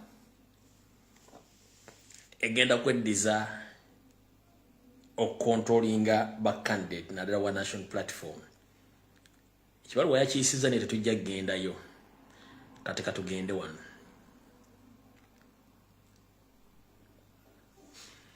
Buno baka bangambye busomere banna Uganda mu buweereze David Musiri bangambye bati. Buno baka bangambye mbasomere mu David Musiri ngammanyi nti omusiri gubeeramu ndiwulira bw'ayingira mu kasooli tavaamu, kane David Musiri abadde ndiwulira yayingira mu kasooli naye yamaze n'avaamu. Wulira obubaka buno. Gwe wenna wulira obubaka buno ng'obumanyiiko, wandiika awo nti obumanyiiko, bw'oba tobumanyiiko bunoonyerezeeko. Bangambye mbagambo bwe bati. Oliangambye, good evening, Mr. Lumbuyefred. Hope you are doing fine. I would like to inform you about the information which the public doesn't know about David Musiri. Nangamba, David Musiri yabeeranga mutungo Kigo. Angambye, David Musiri yabeeranga mutungo Kigo. Mu chaachi y'abalokole gye baayitanga mutungo community church. Nga gyasulamu because yagamba talina bazadde. Omwami ono yakweka abazadde be. Kati olunyiriro ensooso okusoma waliwo alumanyiiko, wandika mu comment nti olunyiriro ensooso okusoma ndumanyiiko oba nedda kanduddemu. Omukulu n'agambye, mukulu Lumbuye nkulamusizaako akawungeza akalungi. Nze nno information eno badde ngisirikidde ebbanga naye njagala public etegeere David Musiri yaani. David Musiri yabeeranga mutungo Kigo mu chaachi y'abalokole gye baayitanga mutungo community. Mu chaachi omwo mwe yasulanga kubanga yagamba nti talina bazadde. Ake kasooka. Then n'ayagala omwana w'omukadde w'ekkanisa n'amufunisa Ttumbo Saidi n'amuzaalamu. Owulidde bulungi nnyo, ebiga si byange. Mu biseera baamuyambira abe mu kkanisa omwo. Omukulu oyo bwe yabeera mu kkanisa eyo eya Mutungo community church gye yasulangamu kuba yagamba talina bazadde. Naye mu kkanisa omwo ate mwe yakolera ebyambyoni n'ajjamu empale n'asumula akali enkoko wattu n'akagatta n'enkoko ne n'afunisa omwana w'abandi olubuto n'amuzaalamu children. Bw'amala muzaalamu children, pastor yamuzaayo asome ku St. Paulo Erweza. Musiri yali musajja mukulu mu kiraasi. We yava pastor Kisembo n'amutwala ewuwe Entebbe Lugonjo asobole omuyingiza ku university. Omukulu oyeefuula n'adduka ewaka teyaddamu kulabika. Addamu okulabikako mu kwekalakaasa e Makerere. Naye tabalimba nti mutottololo musajja mukulu ayingidde emyaka 40 egy'obukulu. Si muto nga babagamba. Era yalimba n'abakadde b'ekkanisa ne nannyini kkanisa nti talina bazadde nenge byafaayo bimu biraga yagamba nti mulekwa naye ng'ate kuva dda muto bwe omwami ono ali connected ku NRM okuva mwaka 2021 n'okutuuka abadde yeekwese mu struggle ng'alinda kasente na kufuna identity kulozesa abantu nti wankyukakyuka. Kale yenna amanyi ebigambo bino mujja bimpeera David Musiri mugambe nti ensi yamutegedde yani. Mutegedde bulungi nnyo yoyo David Musiri yabadde yekwese. Obaka mubategeeza mutegeeze kati agende mpola kubanga nabagamba babamanyi bangi nnyo era basirise na information bagirina. Kati bulanga omuntu yakweka abazadde be n'amala ate naddira omutukadde w'ekkanisa n'akwata omwana n'amuzalamu children n'amusulawo.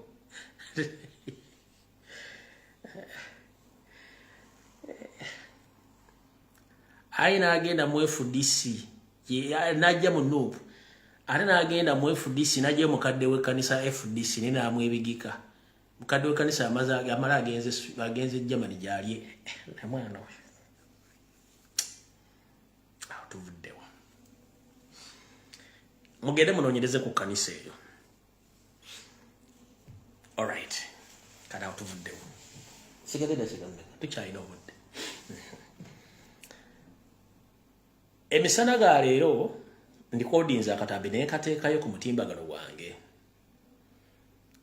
Katambi akabata kasobodde kala mujja kalaba ndi mu t-shirt yange ezirugavu erimu bu stripes obweru. Nga nyanukula omukulu eyita intellectual mukulu Nsereko Muhammad. Bwavudde nayoga ebigambo bitakwataga ne mudda bulungi nnyo.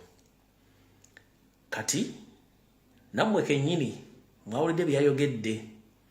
Naye nga zo ssente yamaze zifuna kati eziwalampa era waddemba okuwalampa. Naye ffe ekizibu kiri kiti.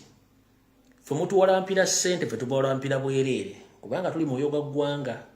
Ate mulina okumakinga sure nti Nyandu asigala kuba watasigalako mumujja kunoonya munywa amazzi kubanga buli muntu alina omusango gw'obufere. Okitegedde bulungi nnyo n'ogw'obubbi. Kati ku bigambo ebyogeddwa omwami ono yagambye bw'ati era omwami ono agenda omuddamu yagambye bw'ati. Era kazanyeko eddakiika emu kuba nakalina kazannye yagambye bw'ati. Utamanya kibi nnyo. Kibi nnyo omuntu okubanga tamanyi ate nga tamanyi nti tamanyi. One, the laws of Uganda say all minerals in Uganda belong to the people of Uganda. However, communities will get royalties. Kakati bw'owulira omuntu ng'ayogeza omutwe nga mu mutwe gwe mwe muva ekigambo 10%. Golowooza omutwe gw'oyo nga leader guba gukola. Alright. Omukulu ebwatu byatudde ku radio n'ayogera. Kanyongereze ku bigambo bye. Mukulu Muhammad Nsereko omaze emyaka 15 mu parliament ya Uganda. Nakati ng'oli kakiiko akatetenkanya ebyenfuna by'eggwanga saako n'okanonyeza ensimbi. Naye njala kubuuza wali otuuseeko wonna ewali ebyobugagga by'eggwanga gye babisima. Katugambe ng'ewasi mu mafuta bwenye wali otuuseeyo nti okimanyi nti eri abantu abatasasula ku ttaka lyabwe nga baagoba bali mu concentration camps wali otuuseeyo tokikolangako. Nyereko Muhammad osobola okunnyonnyola eggwanga the income and expenditure y'amafuta ga Uganda. Osobola okunnyonnyola bannayuganda the income and expenditure eya gold wa Uganda. Oyinza otunnyonnyola agreements endagaano ezasayiningibwa ku byobugagga bya Uganda okuli amafuta ne gold. Era tunulako kiruwera otudde ku komiti gy'otulako ne baleeta endagaano ezo mu lisomera bannayuganda. Osobola okunnyonnyola abantu ba shareholders bali ku mafuta ga Uganda nga bannayuganda kwe bali. Nsereko Muhammad osobola obbanyonnyola? Tosobola kubanga oli fake. Tukimanyi bulungi nnyo nti mwe mutula mu studio nga mukozesa emitwe gyammwe ne mulowooza temutegeera kyekizibu kyammwe naye temutegeererako ddala. Kye tuyita etteeka. Etteeka liddamu ne liyitibwa ne baliteesako balirijibwawo kasita gavumenti ebeekola ki? Ebeevuddeko eba yabikola. Amateeka ge muliko kati gonna ga Museveni ng'omuntu ne famire tigabenefitinga bannayuganda. Lwaki? Tukimanyi bulungi nnyo nti amafuta gonna agali e Bunyolo kwaliko ba sitting tenants bannannyini ettaka babajjako bali mu concentration camps.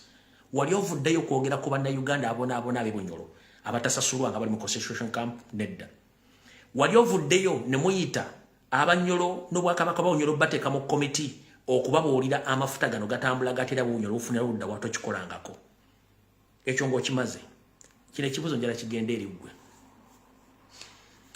bw'otuulanga mu studio okwogera kozesanga essimu y'osooka okola okunoonyerezaako nga tonnakola kintu kyonna. First and foremost, all laws worldwide are revisited. Amateeka gonna mu nsi yonna gaddamu ne gakyalirwako okuddamu okwetegerezebwa.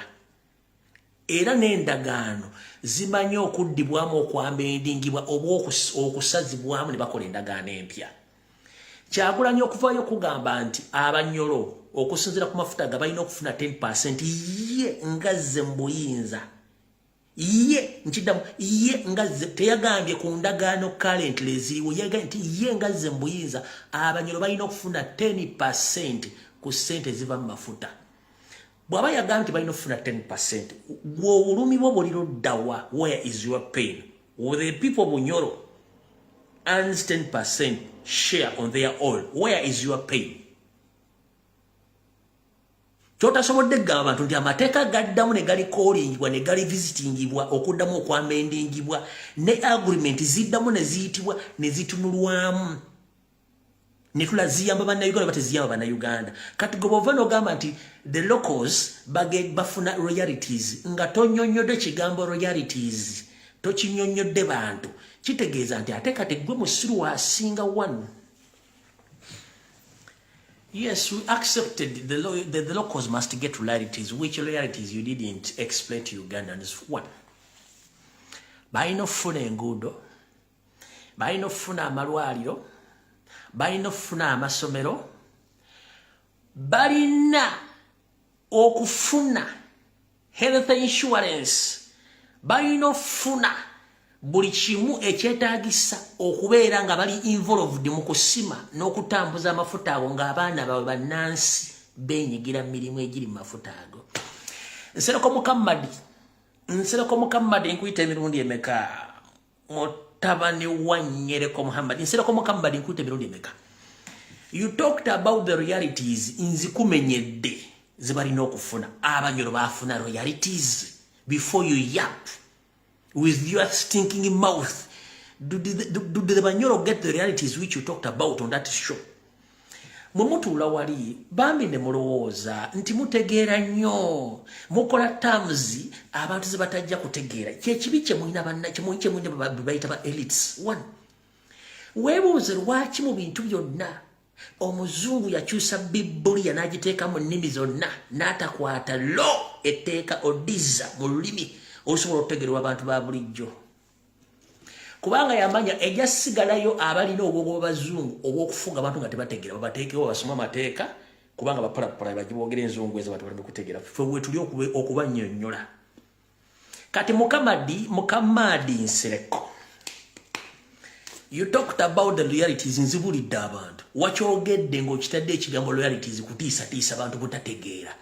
But loyalties nzibulidde abantu. Ebunyolo waliyo loyalties zonna. Mukamadi Nyereko Muhammad. Mukamadi mutabani wa Nyereko Muhammad. Ebunyolo waliyo loyalties zonna. Ssentebe wa National Fisheries Association in Uganda, Mukamadi Nsereko. Ebunyolo waliyo loyalties zonna. Who owns Ugandan oil? Genda ku Google bajja kubuulira. Mukamadi tasobola kigamba. Kati olw'okuba nti nze najja naye kuba omulango otakungula buli muntu ajja ayogera ensonga okusinziira ku lw'eggwanga lye. Ndi musajja musanyufu nnyo nti abaana basobola okujja ne boogera ensonga zino oba wendi oba siri oba jja zoogera. Jjajja twaba tinkuulira tinku. Ensonga lwaki temunjagala natinkuula tinku abantu bavaayo ne boogera ensonga zino. Kati wagambye mu nsi yonna teri tteeka liragira oba tewali nsi yonna mu nsi yonna ewa bannansi buyinza ku oiro yo bate bafunako percentage. Kyali wange simumanyi wuuno yakunnyonnyodde nze Mukamadi sinaga kunnyonnyola Mukamadi Nsereko. Wulira Ibo Muhammadi Nsereko kkiriza nti tewakoze research. Robert Kyagulanyi Ssentamu yabadde mutuufu ku nsonga z'amafuta g'ebunyolo. Bwe yagambye nti at least government ya Uganda ebitundu bya bunyolo yali biddiza 10% ku ssente ze bajja mu kusima amafuta ba mu kutunda amafuta agava mu bitundu byabwe companies yawa contract ekyo wagambe nti Robert Kyagulanyi Ssentamu alina village excitement nti beyogedde tebiriyo yati waliwo example yonna mu nsi yonna ya government ekola kintu ekyo nkusaba obimenyewo kubanga mbadde nkusuubira ng'omusajja asobola okukola research intellectual kubanga Nigeria government yayo ebitundu bya Delta region gye basima amafuta e Nigeria oba states eziri mu Delta region bateekawo fund bagita derivation fund ebitundu ebyo babiddiza 13% nga bagijjamu eyo fund gye nkugambye ku ssente ze baba bajje mu kutunda amafuta agasimibwa mu bitundu ebyo era ekyo bakiteeka ne mu ssemateeka wa Nigeria wa 99 ne bateekawo eyo derivation fund mu section 162 ebitundu ebabiddiza 13% ku ssente eziva mu mafuta ge baba batunze nga gasimiddwa mu bitundu byabwe ebigambo by'ayogeddeyo nalibonse okusaba obimenyewo kubanga biba bikulabisa kojja wange Mukamadi Nsereko Nigeria bakugambye section jeri mu Derivation Law Act nga ekitundu kya Delta region kifuna ebitundu 13 ku byobugagga by'eggwanga kati Mukamadi Nsereko ebintu ebyo novayo binnyonnyola abantu babulira endagaano Mukamadi Nsereko olaba n'ennyanja gy'oli CEO ya fisheries tebaddamu ne bagirifueling kuteeka mbyennyanja birala balya buli kuva kuwulira bubi nga naye bakuliramu so bwe mbeera awo n'oyogera oluzungu n'oteekawo ekigambo awo atakimanaga ate kati kinagamba kati bw'oyogera ekigambo royalties bantu bangi baganda ffe tebakimanyi kati nze royalties nze bategeezezaako ezimu paati mba obumenyeddeko entonotono royalties ziwayogeddeko naye tewakinnyonnyodde kubanga mwe mwayiga kujja n'oyogera oluzungu ttaamu n'ogiteekawo n'otegera kati abatamanyi oluzungu bagati akasajja kogedde ekigambo ne bw'omubuuza kyategera nga takimanyi kati nze abantu mbabawuliddeko royalties ezimu n'enkubuuza gye ziri teziriyo ate nekugamba nti agreements zaamendingibwa amateeka gali visitingibwa okusinziira ku incoming leader oba president yenna abazze okuddamu okuli visiting endagaano ezaakolebwa kati kankuwa ekyokulabirako omukulembeze wa Burkina Faso aliko endagaano zonna abakulembeze abazi baliko ne bakola ne bu France zonna yaziri visiting nazisazaamu kubanga ezo endagaano tezifevalinga bannansi so CEO Uganda Fisheries and Advocates Company please Mukamadi Nsereko put yourself in a proper position to zip up before it's too late. You are exposing yourself. You went on to attack the innocent Solomon Kampala. But in my previous video, I asked you that, can you please allow among your children to come out and articulate some national matters as Solomon Kampala did? You have children, over kids, over children, who are in the same age bracket as Solomon Kampala. Can you please allow one of your children to come out and articulate national matters as Solomon Kampala did? By the way, for your information, the boy explained each and everything very well than you, the so-called elite. Previously, you came out, you said that Bobi Wine's children and USA enjoying life. They don't care about national matters. If possible, if he thinks that he loves the country more than others, let his kids come back to Uganda. So, the boy said, okay, no problem. I can answer all fools in Kampala, that I can. So he came out publicly.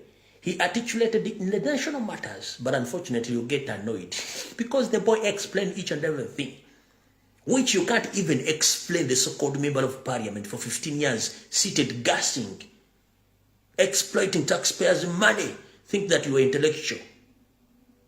Muhammad Kamadi Nsereko, grow up, my gentleman, grow up, you know, wetereze. Wagamba mwana Kyagula bali bwetu bana bakola bali mukulya seriza mu omuso tena seriza mu omusolezi balya Kyagula yali mugagga before day one.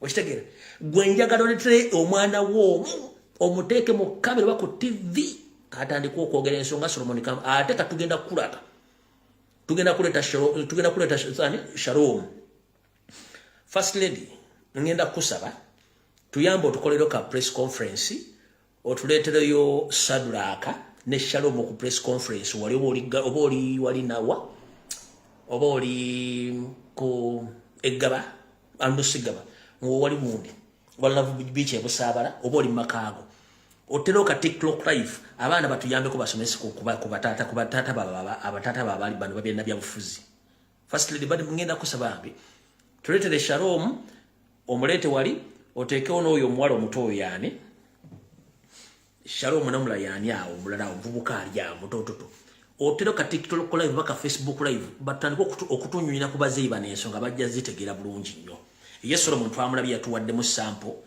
twagala tuleteyo ku namagembo oyo otulende ku Shadraka obatuweka TikTok live bamala okubulya abazeyi bano badde mu line kuba loza nti abantu basobola fena famu twaga abana abafe twabakwata bukwasi ku mutwe tubagamba togenda lindako tukyaliwo mulindeeko nsereko tuletere bo tadi polo tulete kategori wa fisha katulete yo katadi polo kakato katunyole nsonga tulete doku one of your tadpoles please help us and bring one of your tadpole to explain the national issues as Solomon did tulete buli butedi polo boli nobo tulete katadi polo katuleke mukasobola okunyonyola ensonga zino so mu First Lady michara babi etungu bambi tuyamba tukolero ka TikTok live wa Facebook live otuletero Shadraka wali ne namagembe wali ne Shalom wali obatuterekawo basuke batu ne subi baterekawo malo kunyonyola basajja bala befred bamanyi information ya Uganda tuyamba just one day tuyambe ko buyambi Solomon twamutegedde yawedde kate twagala twamutegedde katwa tuletero kati yensere kwa tuyamba tulete butadi polozi bo buto bukeyo obuto wanti abye yakola mu fisheries ya tulete butadi polo bo buto obukere obera mu nyanja obuke bwazala tubulire ensonga zino sereko wa Uganda fisheries kati no bonyanja walo obukere ufanaga no bonyanja bayita butadi polo obuleto obunyanja wo butobule butunyonyole tulabe kyo kibusobola fa bafe twakwata bakwate nga twabagenda kulabuka for national matters tubagamba no mulinde ko fatu kyaliwo nenga twabakuteredde ntubabatera no mujja kutya abantu bangi basibya abana babaga no wait a minute mulindeko fetu kyaliwo wano waliwo abana bayina abana nga bazibu nnyo nesinga abana atera okujja ne bayingiraawo ku national matter bataka kuwatikirwa mujja kutya alina abana fe abaliwo nga tuli tetusobola nga abana bakambwe nnyo notusinga abaffe twakwata bakwate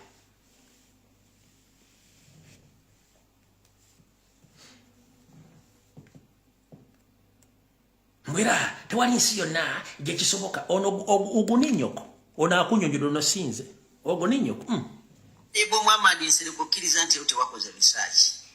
Robert Kyagulanyi Ssentamu yabadde mutuufu ku nsonga z'amafuta g'ebunyolo bwe yagambye nti at least government ya Uganda ebitundu bya bunyolo yali biddiza 10% ku ssente ze bajja mu kusima amafuta ba mu kutunda amafuta agava mu bitundu byabwe companies yawa contract. Ekyo wagambye nti Robert Kyagulanyi Ssentamu alina village excitement nti beyogedde tebiriyo yati waliwo example yonna mu nsi yonna ya government ekola kintu ekyo nkusaba obimenyewo kubanga mbadde nkusuubira ng'omusajja asobola okukola research intellectual kubanga Nigeria government yayo ebitundu bya Delta region gye basima amafuta Nigeria oba states eziri mu Delta region bateekawo fund bagita derivation fund ebitundu ebyo babiddiza 13% nga bagijjamu eyo fund gye nkugambye ku ssente ze baba bajje mu kutunda amafuta agasimibwa mu bitundu ebyo era ekyo bakiteeka ne mu ssemateeka wa Nigeria wa 99 ne bateekawo eyo derivation fund mu section 162 ebitundu ebabiddiza 13% ku ssente eziva mu mafuta ge baba batunze nga gasimiddwa mu bitundu byabwe ebigambo by'ayogedde Honorable Nsere okusaba obimenye kubanga biba bikulabisa kojja wange kati nsereko gendo nonyeyo katadi polo kamu Buno bukero bufana engege nga kana tofuuka engege okajje kanyonyole nga Solombo yanyonyodde tujja kuba tukutana nyongera kujjukiza. Genda onoonyereze endagaano ezawandiikibwa wakati wa Scotland ne Bungereza kubanga Scotland wali amafuta ate Scotland eri under UK. Onoonyereze endagaano ze baakola Scotland ezifuniramu wa n'abantu ba UK bazifuniramu ez'amafuta olyoka ojjo yasame.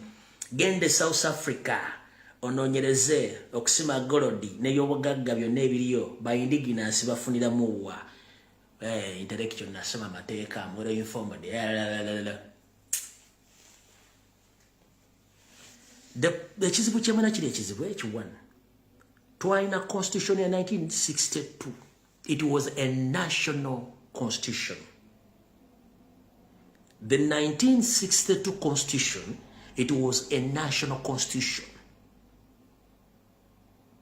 But Museveni in 1995 he introduced his personal constitution which controls the country right now on his personal interest, not on national interest. However, all the agreements Museveni has already done in our country, those are non-national agreements. Those are personal agreements. That's why he comes in the parliament, he tables his will, he pays all MPs to agree or to disagree what he wants, and he goes away with it. You yourself can't come out and address national matters based on the 1962 constitution. You articulate the issue according to the 1995 constitution, which is Museveni's notebook.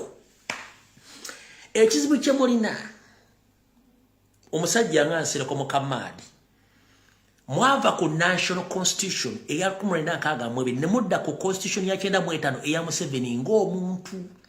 Mwakoledde endagaano nga zikwata kuye ne famire ye nga bw'ayagala ajja mu parliament n'atebolinga byayagala oba mubyagala oba muyagala n'abasasula ne biyitawo n'abikozesa mmwe abasigadde nga mwasambira n'abawasse ne musirika nga teziyamba bannayuganda.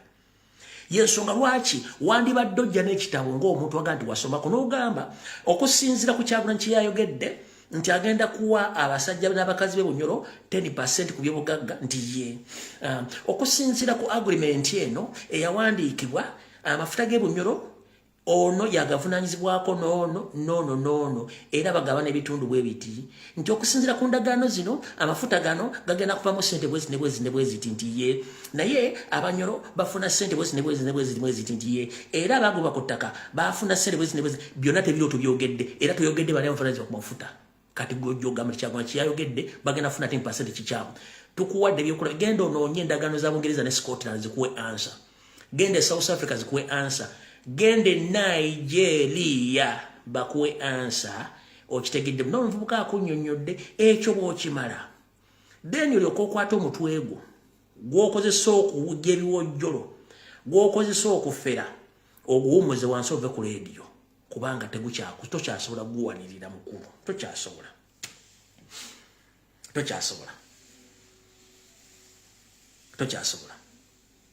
okitegera bulungi nnyo ate ffena tetugenda kubeera bakulembeze nno nye tusobola okwogera.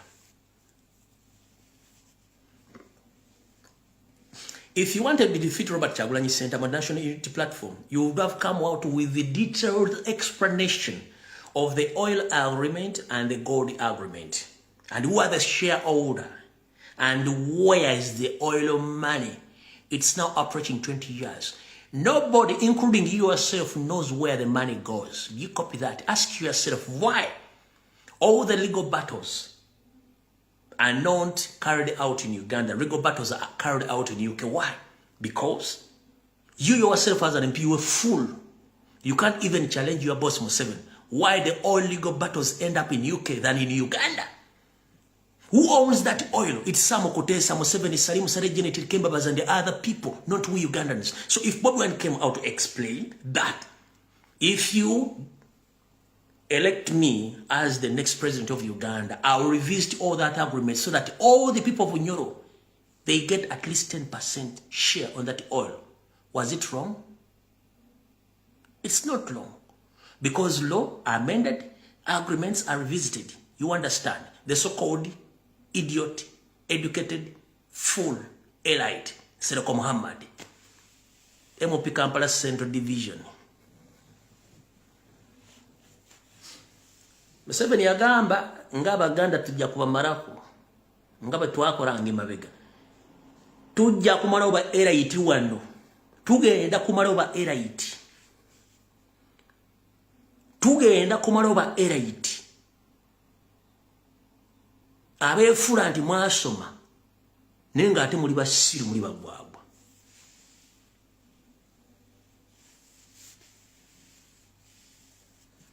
For we don't care about who speaks British English, American English, Simanyi Canadian English, Simanyi what. We care about service delivery. And the interest of the Republic of Uganda and the interest of Uganda. That is it. We don't care who speak what's my English, maybe. Because sometimes you are English too much, Englishing. People, they don't want to know your English. They want service fucking delivery. That is it. Because they are meant to get service delivery. Abantu bali mu concentration camp, you don't talk about the concentration camps. Where are those people? They are the one who own that land. They were just there without being paid. Baba go bakutaka. Namuda togera luzungu no siba matayi ngembwa gye basibye omugwambola go batwala ntwale kubanga mmanyi okwogera oluzungu. Mwakale oluzungu. Nchidamu ba elite bonna babbi. Mwete munoonya babbi bali ku street babbo busimi no. Abayambera. Nchidamu bobo onoonya babbi tuta ba high profile criminals oba thieves. Tonoonya bana bali ku street babasi no ababanyi no. Ababbi bana basiba amatayo bali mu office.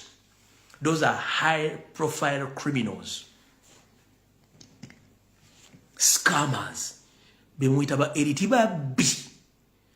Bana babbo obusimu ku street simanya ategudde simu abbi ensawo asaza abo si babbi bayambera kyakulya. Ababbi bano bamuyita ba elite abali mu office ababbira mu mpapula ababbira mu kalaamu ababbira mu kooti be bababbi.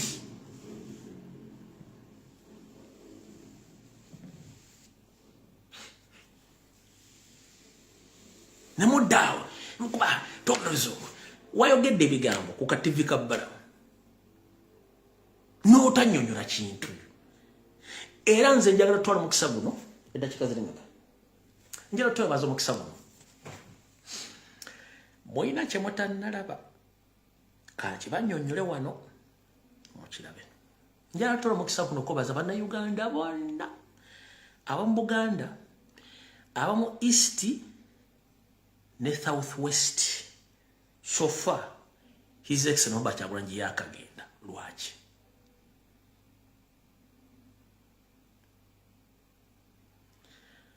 Kyagulanyi yagenze e Busoga ng'asaba nnyonnyola Abasoga oba afune omuvuno. Sabasoma atote weetagana Oluganda tulumanyi. Kyagulanyi agenda mu Far East n'abagabana banyonyole mu Luzubaga Oluganda tulumanyi. Agenze bunagamba mbanyonyole mu Luzungu Oluganda tulumanyi. Lwaki bamanyi Oluganda? Kubanga Oluganda lwe lulimi olugatta bannayuganda bonna. Lwaki?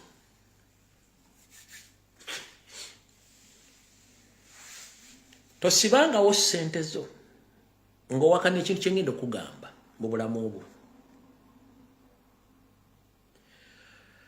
Eggwanga Uganda nga terinnabeerawo waliwo obwakabaka obw'enjawulo. Era obwakabaka obwatuulanga ne bukola emikwano emikago. Omuli obwa Ankole, omuli obwa Bunyoro, omuli obwa Tooro n'obwa Busoga. Era kyovula nti Omusoga n'Omuganda enjawulo zero. Omuganda n'Omunyoro enjawulo zero. In fact, Omuganda omutuufu bw'aba alanya afundikira amaliriza afundikira Bunyoro. Ompulya bulungi nnyo. Abanyankole bannakabala origino tasobola kuga nti asobola ovuma Omuganda kizibu kubanga akimanyi ebyafaayo ebibagatta. Yensonga lwaki Abaganda bagendayo kusengayo abatandika obbacunya be Banyarwanda abagendayo oluvannyuma njagala kibere ku record teberewa omuntu akugamba nti abanyankole bagobako abaganda ankole bali banyalwande batandika bali sakakaje kigendo kinonyerezeeko. There are so many baganda in Ankole. They went there long time ago. They settled. They learned the culture of Banyankore. They integrated with Banyankore without any problem. Because all the kingdoms in Uganda, they used to work together. But unfortunately, the moment Banyarwanda came in the western side of the country, they start to destroy each and everything and start hating Baganda and chasing Baganda in the western side of the country. Echogendo chinonyerezeko.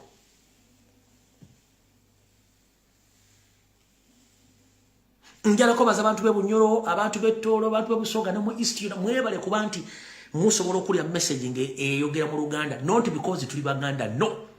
We need to understand each other via our common languages.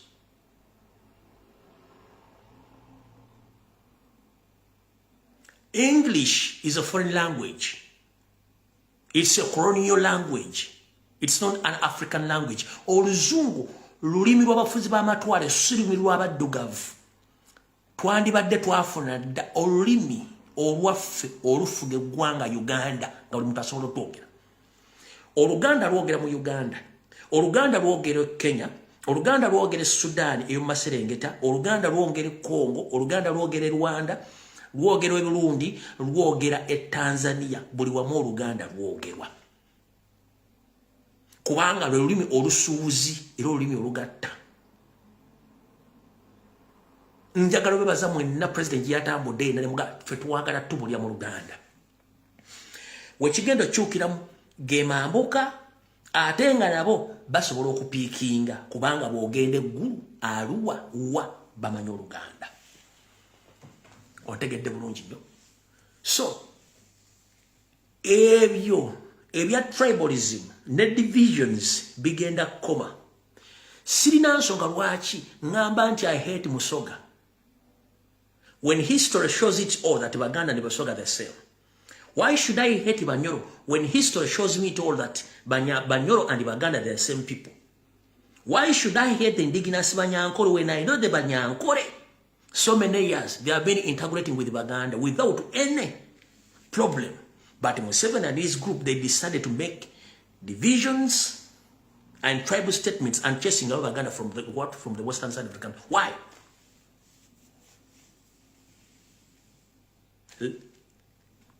Let Sir Edward Mutesa integrated with the people from northern Uganda to the extent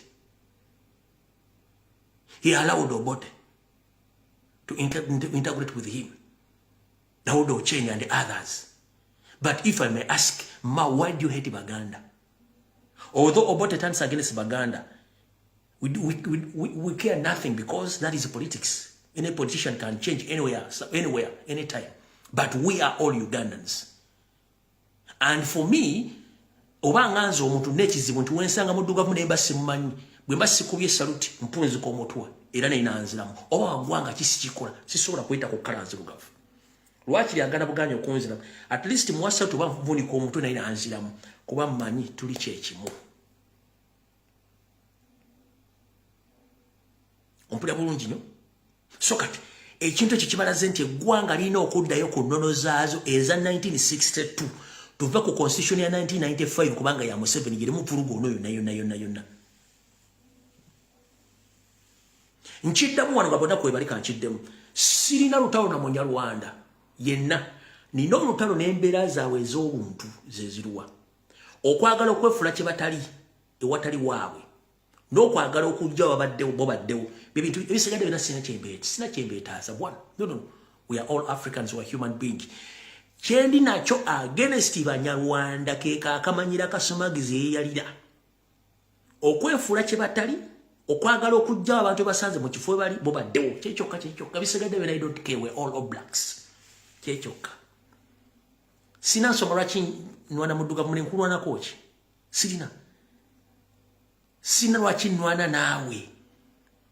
kyenwana bakakalakita ziyezi bbiri ensonga lwaki nwana n'abantu abo okwefuula kye batali n'okulwanyisa abantu basanze mu kitundu kyabwe baagala obbajja babeerewo zekalakitesi ebisigadde saagala buli munyarwanda gyali yenna mugambe Lumbuye talina buzibu naawe obuzibu bulina ku nsonga ezi kwefuula kye batali bwe bamala okwefuula ekye batali ne baagala abantu basanze mu kitundu babajjewo bo batwalewo. That's the only problem I have with those creatures. The rest are less concerned.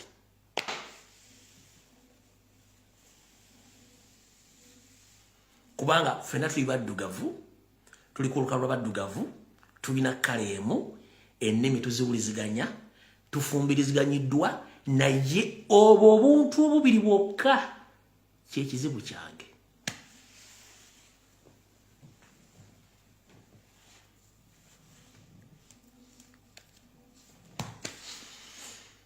Video wedde mukama banko